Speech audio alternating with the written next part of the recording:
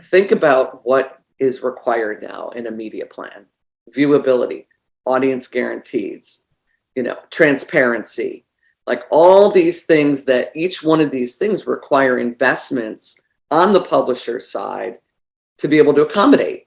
Now I've got to add in, a viewability partner. I've got to add in, audience guarantee partners, and I have to, make sure that I'm delivering against these requirements.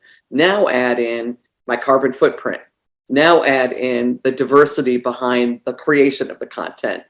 All of these things, and after a while, there's going to be a handful of players that can accommodate all the things that the buy side's looking for, or you're going to be sacrificing on metrics.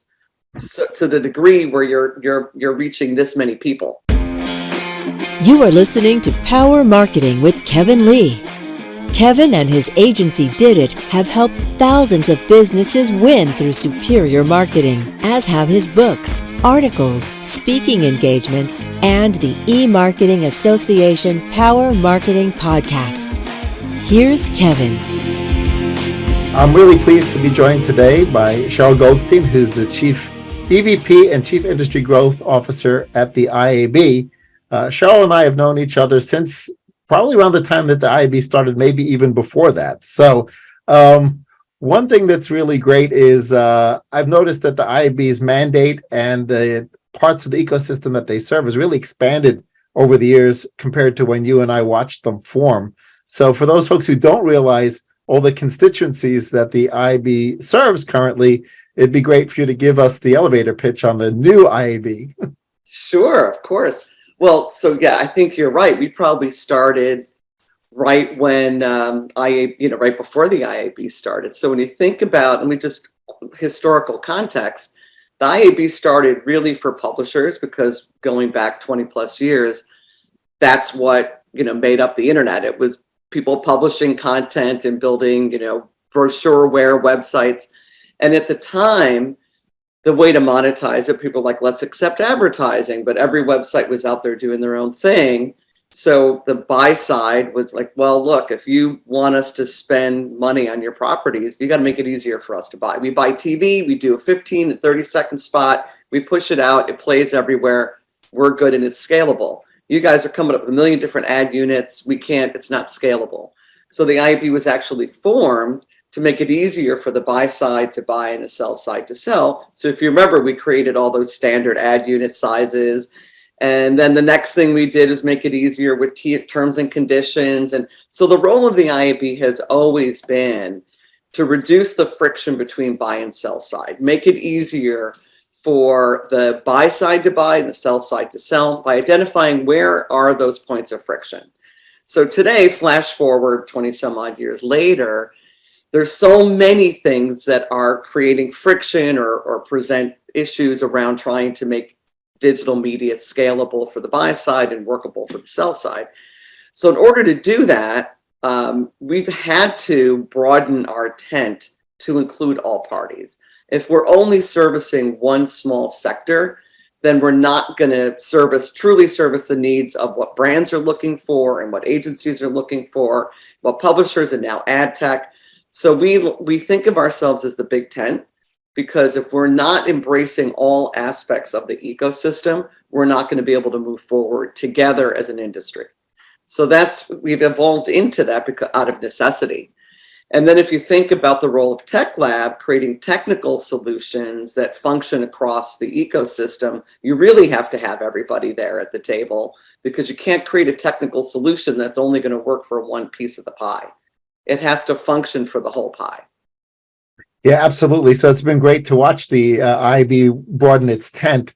One other thing that I don't think the IAB necessarily had on its to-do list in its first year was the whole legislative and regulatory area, which is just huge now. And so I'd love for you to talk a little bit about that and the role you guys play there, because it's not even just domestically in the United States anymore. I mean, there's regulation going on everywhere. Everywhere. And so again, the IAB, our role is to say, where is there friction in the industry? Where are there things happening that are going to get in the way of us being able to grow the marketplace? Regulatory issues, have come up. We've got state by state privacy policies that are happening now that don't just affect advertising, by the way. It's how you're collecting data about your customer, period. That could be an e-commerce play, that could be your own customer data management platforms, that could be your loyalty programs. So it's not just advertising, but of course it totally affects advertising. So when you start having state by state regulation that makes it really challenging for brands to function on a national level or a global level, this is where the IAB is uniquely positioned to step in and say, what can we do to help fix this? So we have a strong team in DC helping to educate lawmakers on several things. First of all, the unintended consequences of the legal decisions that they're making. Two, to lobby for a national approach versus state by state. So we're not disagreeing that you need to have something around privacy, transparency for the consumer, consent strains, all of those things we agree need to happen. But let's come up with a common way to do it so that it's one and done. It's not this way here and this way there, which the consequences of that are not going to be just to hurt big tech, which is what the lawmakers think that in this anti-tech mindset that they have. We're going to go after Google and Meta. And really what they're going to do is put a lot of small publishers out of play, or several are going to say, you know what, I'm only going to serve my stuff in New York and California. Forget everyone else. So now you start limiting choice for the consumer. So the unintended consequences are this consumer gets less, or it's more chaotic for them. They have to do things a million different ways, and where they used to just do one and done, now depending on where they're logging in and what they're, so it's going to be really a nightmare. If you go to England, try doing things there now with GDPR, and it's a terrible consumer experience. And a lot of American entities have just stopped doing anything, in Europe as a result of it. It's like too expensive to create the infrastructure. So they're just not. So the unintended consequences are limiting the content, or causing companies to decide where they're going to allow things and where they're not because they can't accommodate.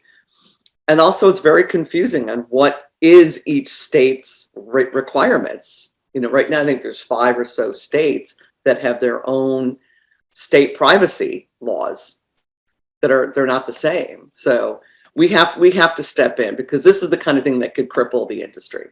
So we don't.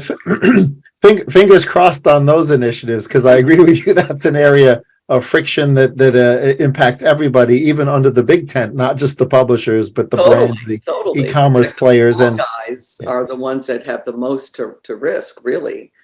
And small businesses that function on the back of a lot of these platforms. It's the small businesses that are on, Meta's platforms or Google's platforms and YouTube that, depend on those signals to be able to find customers and can't afford to create things 5 or 6 different ways in order to comply to state by state policies.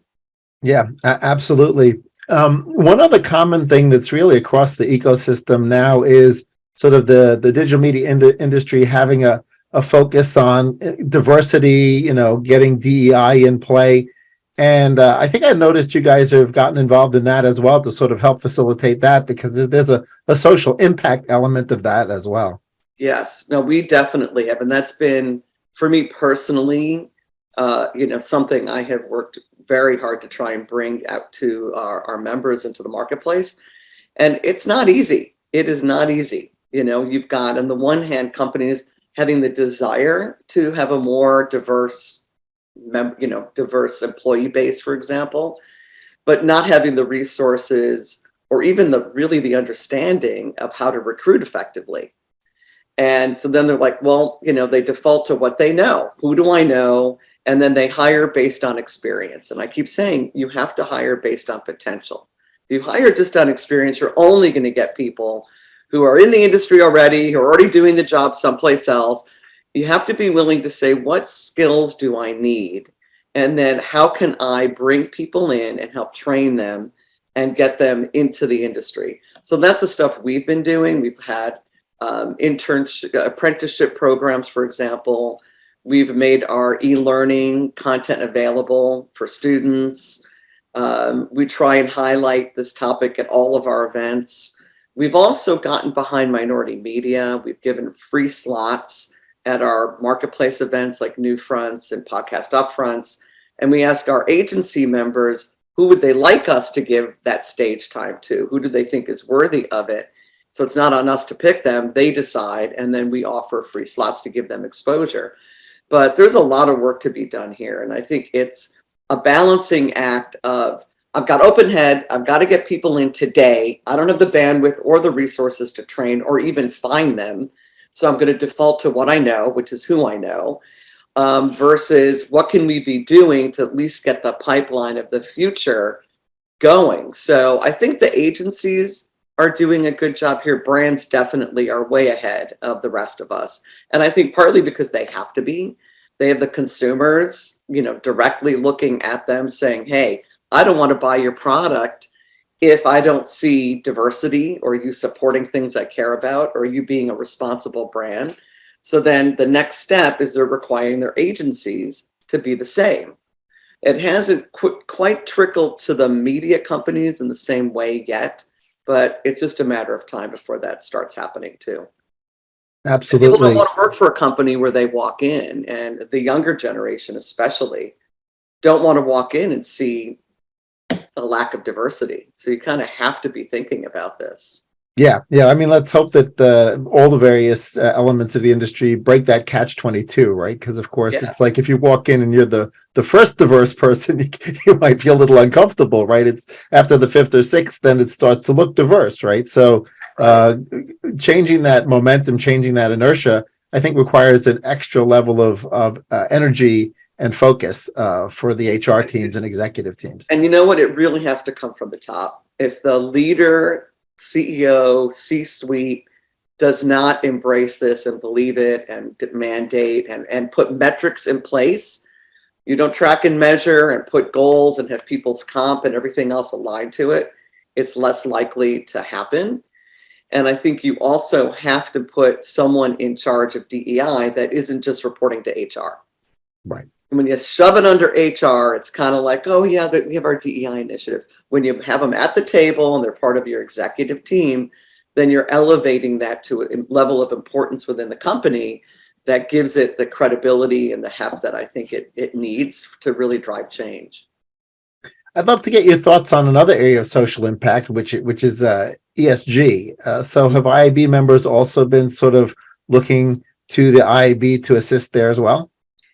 I would say on yes and no. Like for sure, when it comes to environmental carbon footprint, there is a whole global initiative, carbon net zero, add net zero by 2030, 2035. It's actually already been in the works in Europe. We're now adopting it here. So that is one area that, yes, I would say they're coming to us saying, how can we get some common standards around reducing the carbon footprint of the ad business?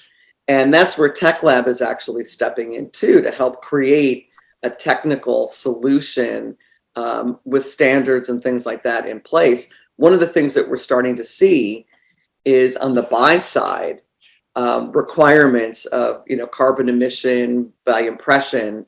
At some point, you're going to start seeing line items on a plan that show you what the carbon footprint is for those impressions. So it's coming. That's already starting to happen. So that's one. Then you have other types of brand responsibility that are starting to surface as well, which is who's creating the content. I want to be around content where I know the source and I know where it's coming from, especially if I'm investing in more diverse oriented audiences. How credible and authentic is the content that I'm supporting? Who owns the company? What's the governance of the company? I want to know that there's legitimate, diverse folks at the helm. And I want to know how the company, who backs the company. So they are starting to do more digging. One of the things that we started talking to our agency members about is collecting all the RFIs that they ask of publishers and ad tech companies and trying to come up with standards around that. Because right now, like agency X will issue, it could be a 15, 20 page, 500 question RFI about how your company is run, and is your board diverse, and who creates your content, and, all of those things. What is the carbon footprint? What's your tech stack like? So there are RFIs that are already going out like that. But then if you're on the publisher side, you're getting it this way from one agency, this way from, I know because I come from that world, and you don't even know where to go to get the answers. It's like, they want to know our carbon footprint. Who do I even ask? They want to know, what's our policy around, whatever. So this way, if we can find a way to standardize that even and say, this is the benchmark. These are the things that agencies and brands really want to know and care about. Let's everyone do it the same way. And then you're all being evaluated in a consistent way as well. And the only concern I have there, which I have talked to agencies about, is that only so many publishers have the wherewithal to accommodate all these asks. Think about what is required now in a media plan: viewability, audience guarantees, transparency, like all these things, that each one of these things require investments on the publisher side to be able to accommodate. Now I've got to add in, a viewability partner. I've got to add in, audience guarantee partners, and I have to, make sure that I'm delivering against these requirements. Now add in my carbon footprint.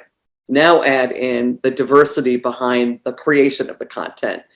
All of these things, and after a while, there's going to be a handful of players that can accommodate all the things that the buy side's looking for, or you're going to be sacrificing on metrics. So to the degree where you're reaching this many people, and then your ROI on it is not going to be great. Your CPM is going to be like this, and your ROI is going to be that. So it's that balancing of how important are these things relative to my desire to support smaller publishers, relative to my desire to hit certain ROI metrics that are important for the campaign. So this is kind of where we are as an industry, is that what's that balance? Absolutely. Yeah. It's interesting how certain platforms have in the past, at least from some advertisers, gotten a pass on answering those kinds of questions because they're sort of so big that they have to be in every plan. Right? Plus they work.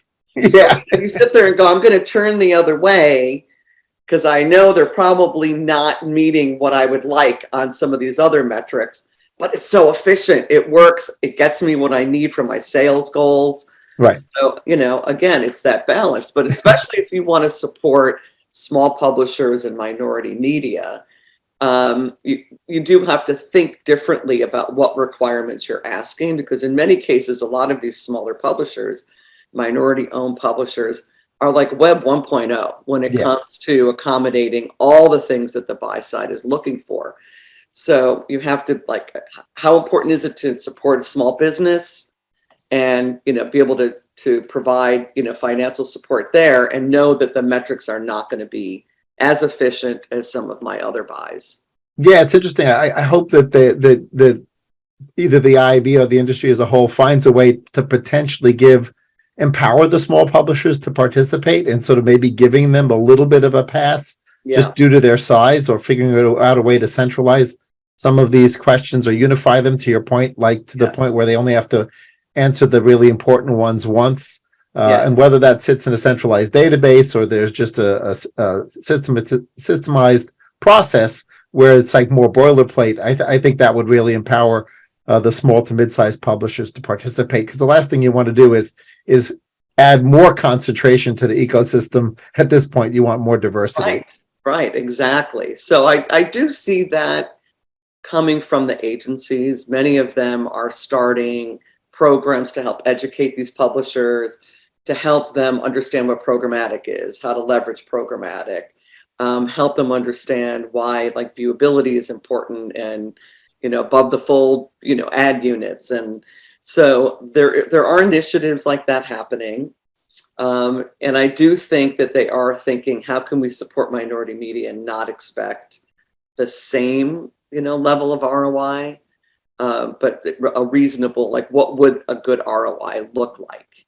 Right. If you were to support smaller minority owned properties.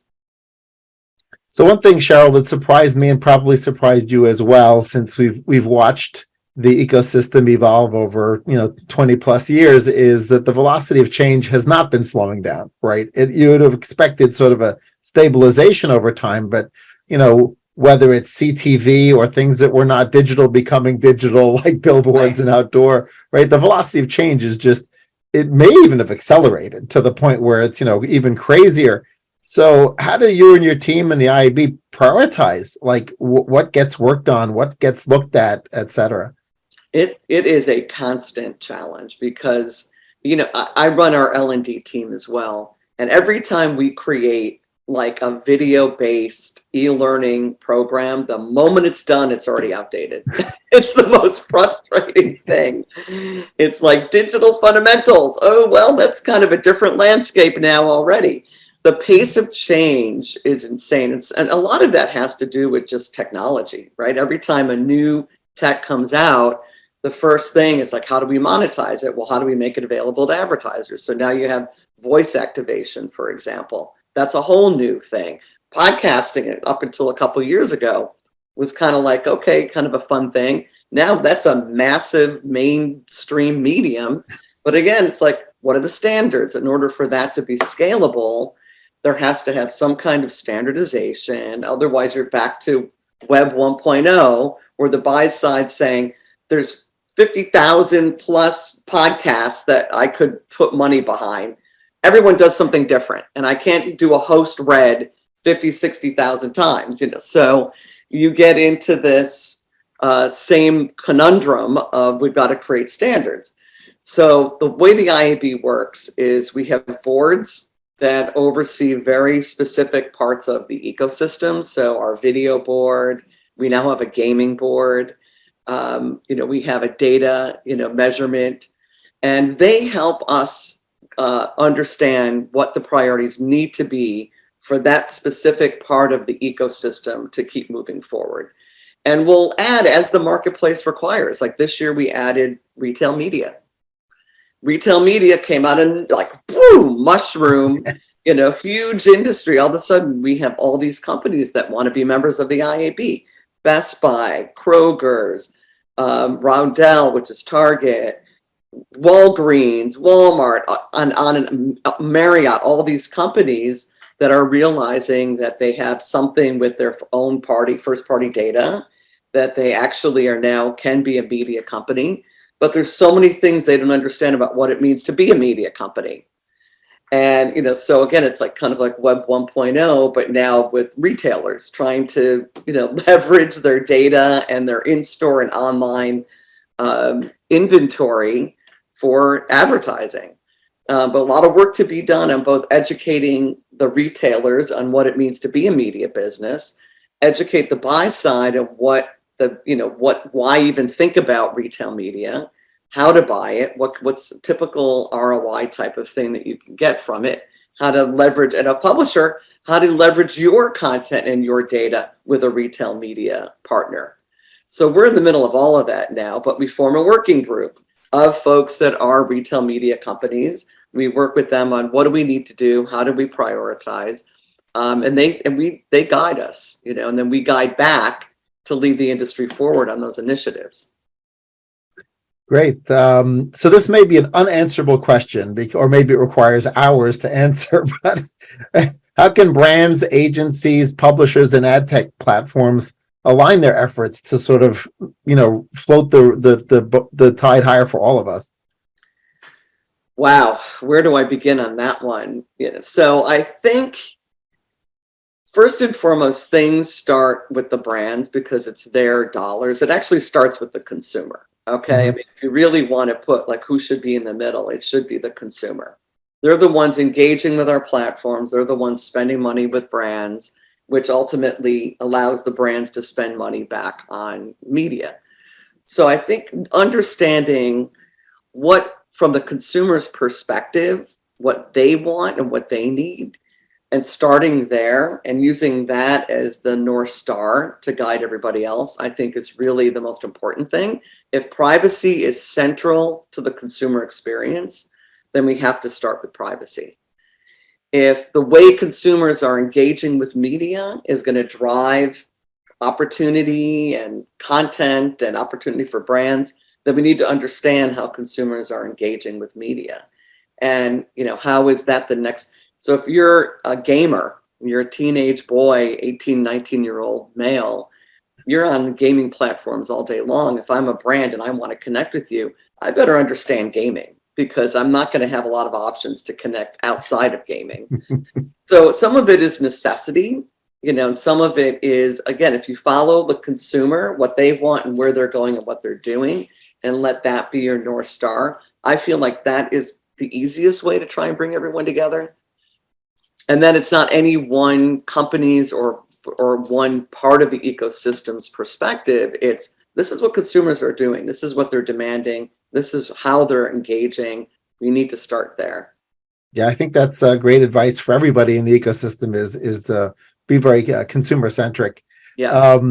I wanted to switch gears and talk a little bit about events. So ALM and other IAB events are increasingly in person. But some people can't make it either because they don't have their travel budgets back, right? So how do you find a way to allow people to participate in, or at least get some benefit from events if they can't make it in person? Well, we started off doing things hybrid. Last year was a hybrid ALM, and we moved it to New York to make it a little easier for people. This year it's also East Coast. What we found is, first of all, increases the cost significantly to operate like that. And so we have to balance how much cost can we incur on these things relative to what our sponsors are willing to pay and what people can pay for a ticket to attend. So everything's gone up like everyone else. The price of hotel rooms, of food and beverage, airfare, it's affected everything, including the event business, or maybe especially the event business, because you have all of those things rolled into one. So we're trying to be very mindful about, first of all, creating an experience where people feel it's worth the money. Like, go back to your company and say, I really have to be there. So we are focused very heavily on making sure that the in-person experience at ALM is kick-ass, because if you're going to spend the money to be there, we want it to really be great. Now, if you can't go, the good news about ALM is that it really kicks off the big initiatives that we're focusing on for the year. So get involved in a working group, get involved in a committee or a council. And when you do that, you start becoming part of the conversation, part of the team solving for a lot of these issues. Some things probably will be recorded and on demand. Other things won't. Some of the breakout workout sessions, that kind of thing, are not. And you won't get the same advantage as being there. But like I said, get involved. If you get involved with the IAB, get on a council, committee, working group, get on one of the boards, it's never too late to jump in and be a part of the conversation. Thanks. So 2023 is a big question mark with regards to the macroeconomic environment. And so any thoughts about how brands should deal with that? They may get pressure from CFOs to adjust marketing budgets, or they may themselves think that they need to adjust marketing budgets. Yet there are stories of brands just taking huge advantages of softness in the market to grow their brands during a recession. So we don't know what's going to happen yet, but is there any sort of advice you would give to brands as they plan for 2023? Well, I think what we've seen and what we've heard from, we have brands council, agency council, CRO council calls all the time. So we hear from the buy side and the sell side. And I think you're right. I think smart marketers know that in times when everyone else is pulling back a little bit, it's when it's the least crowded and your voice can stand out, and you probably also can get better deals on media and better placements for your dollars. So I would say don't pull back. Certainly take what's been working and dial it up. If you can swing at some experimental things, less crowded, maybe it's an opportunity to try some things that you weren't able to do in the past because it was crowded or too expensive. So I think pulling back and doing nothing is a mistake. I think we have seen that in the past, that it's an opportunity to stand out. I mean, that's what I would encourage brands to do. I'd agree. That's great advice. So, is there anything in particular that has you excited about 2023 as you plan your roadmap? Yeah, I'm really excited about where we are right now in our planning for next year. Every year we've been able to, I've been here 3 years now, a little over three. And when I first got here, we had a plan and then COVID hit. And it was like, pivot, now what? Instead of in-person classes, I guess we're doing virtual classes. And we had to reinvent so much of what we were doing. Then the next year was like, well, we're still kind of in COVID. And then it's finally, well, let's give it a shot and do something in person. We were the first to really have a successful in-person event last year with ALM. If you remember, people pulled out of CES, and then we were the next event right after. And we were like holding our breath and crossing everything. And it was phenomenal. And people came back together and they were so excited. So I feel like we're now finally in a more predictable, even though there's headwinds, yes, there's who knows what's happening with the economy, with the elections, with that kind of stuff. I feel we can navigate. It was some of these other things that have been more challenging to navigate. And we've never been this far ahead of our plans for next year with confidence about what we're doing. So I'm very excited about that, like to just be able to get ahead of things, which allows us to do so much more for our members. Like we really want to do a lot of getting out there, meeting with our members. I have someone dedicated to brands now, somebody dedicated to agencies. I have someone dedicated to ad tech, someone to publishers. And, we're going to just get out there with our research, with all the things we need to educate the marketplace on what they need to know to be able to grow their business. So I'm very excited about that. Well, I'm excited too. I'm looking forward to seeing all those initiatives rolling out and ALM and all the other IAB events that you've got going on. Thanks so much for joining me, Sheryl. Thank you for having me, Kevin. And we'll have a drink at ALM, okay? Absolutely. Kevin Lee's Power Marketing is available on all your favorite podcast networks. Kevin loves helping businesses excel at marketing. Having marketing challenges? Just like Santa in The Miracle on 34th Street, if Kevin can't help you, he'll know someone who can. Find him on LinkedIn, subscribe, or follow.